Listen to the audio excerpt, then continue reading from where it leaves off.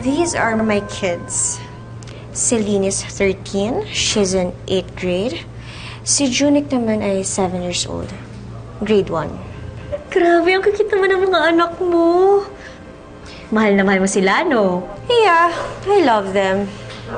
Kaya nga gagawin ko ang lahat para makasama ko sila. Oras na maghiwalay kami ni Homer.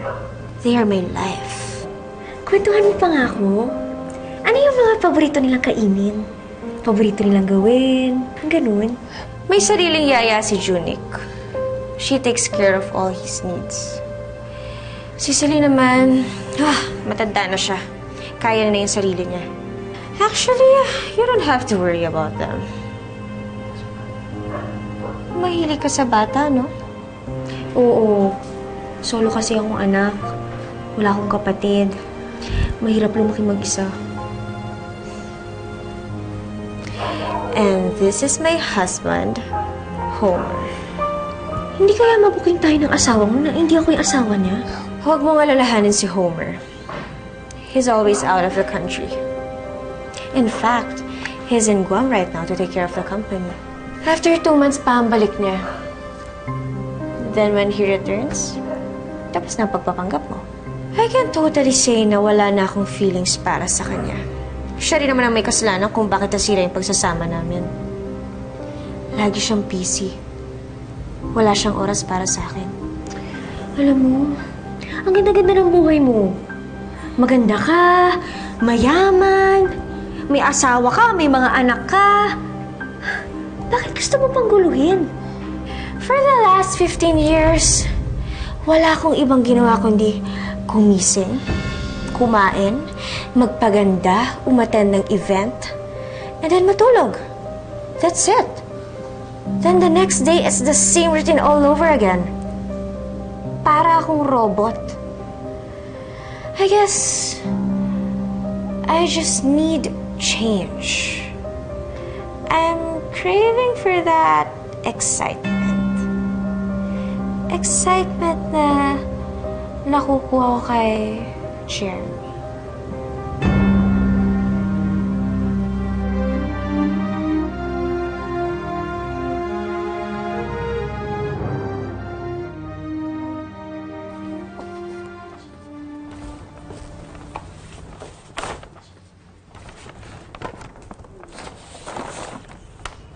How's everything here? Madam, pinakapit lang po namin yung kulay sa buhok niya. All right. Iwan niyo muna kami ng kambal ko. Sige po.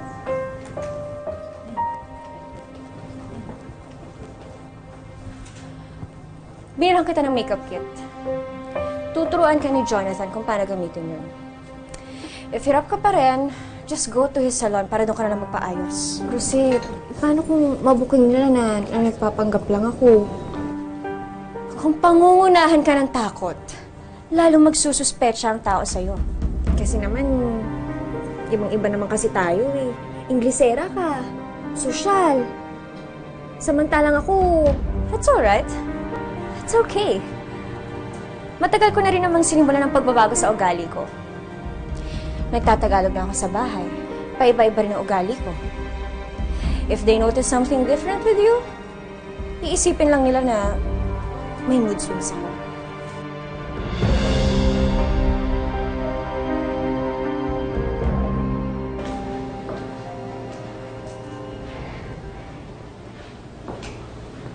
How's your day?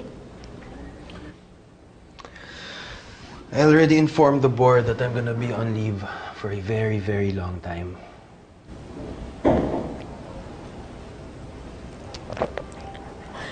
nakakapagod. Hindi pala madaling ituro yung pagkatao ko. Well then, I think I know what to do para matanggal yung pagod mo.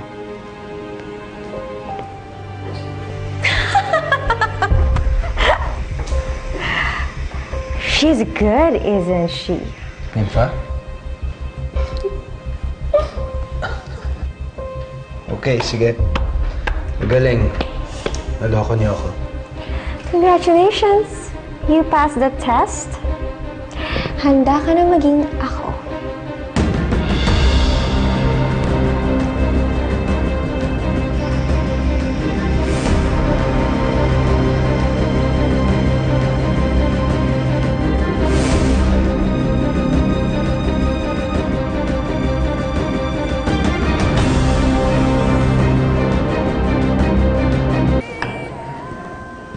Kailangan masanay ka ng uminom ng tea. Umupo ka na maayos.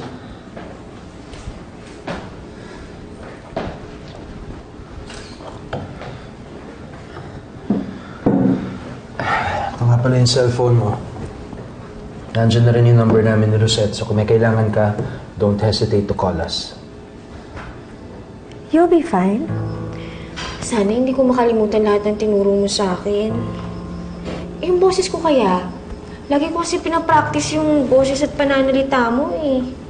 Kaya lang, baka mahalata pa rin nila na iba yung boses ko sa'yo. Pinaghandaan ko rin naman. This past few weeks, medyo iniba-iba ko yung boses ko, pero naman hindi malayo sa boses mo.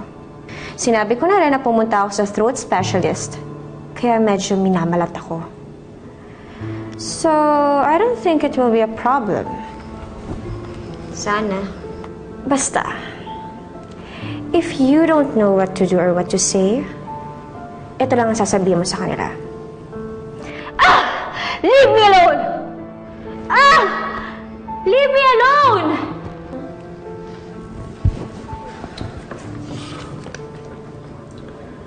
Ito nga pala ang unang bayad namin sa'yo.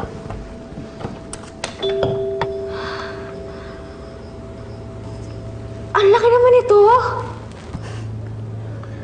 Wala pa yan. Wala pa yan sa matatanggap mo once you finish this job.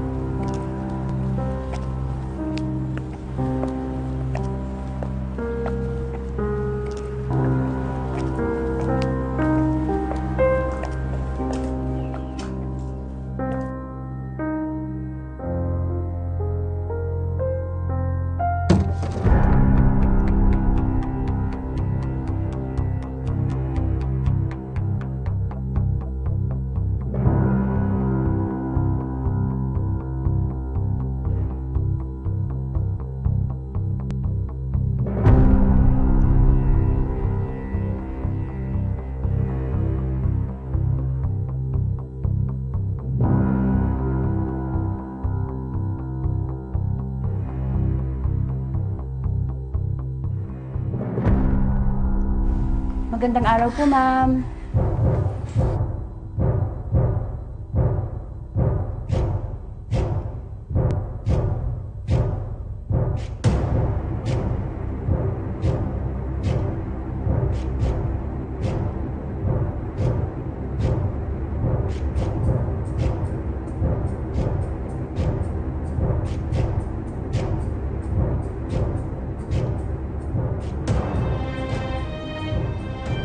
Ito ang dining area ng bahay namin.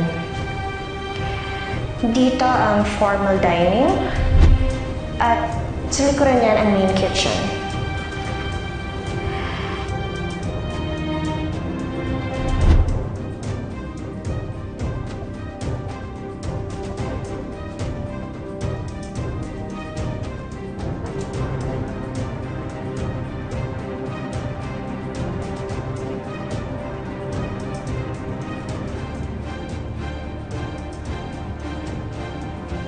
Ma'am, inumin po. And this one is Ani Remedios. Bata pa lang katulong na siya ni Homer. Aling Remedios. Salamat. Ako na po.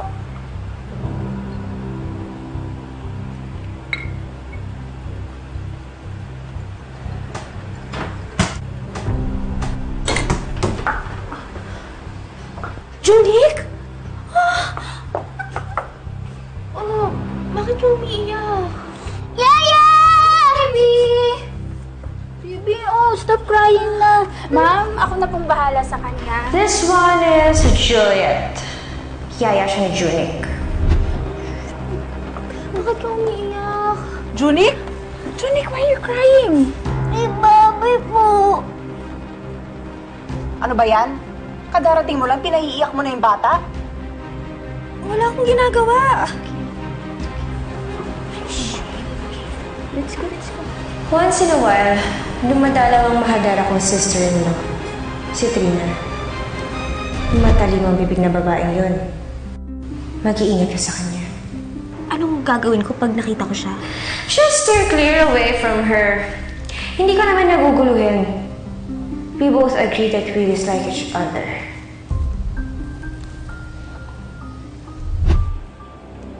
May iba sa'yo.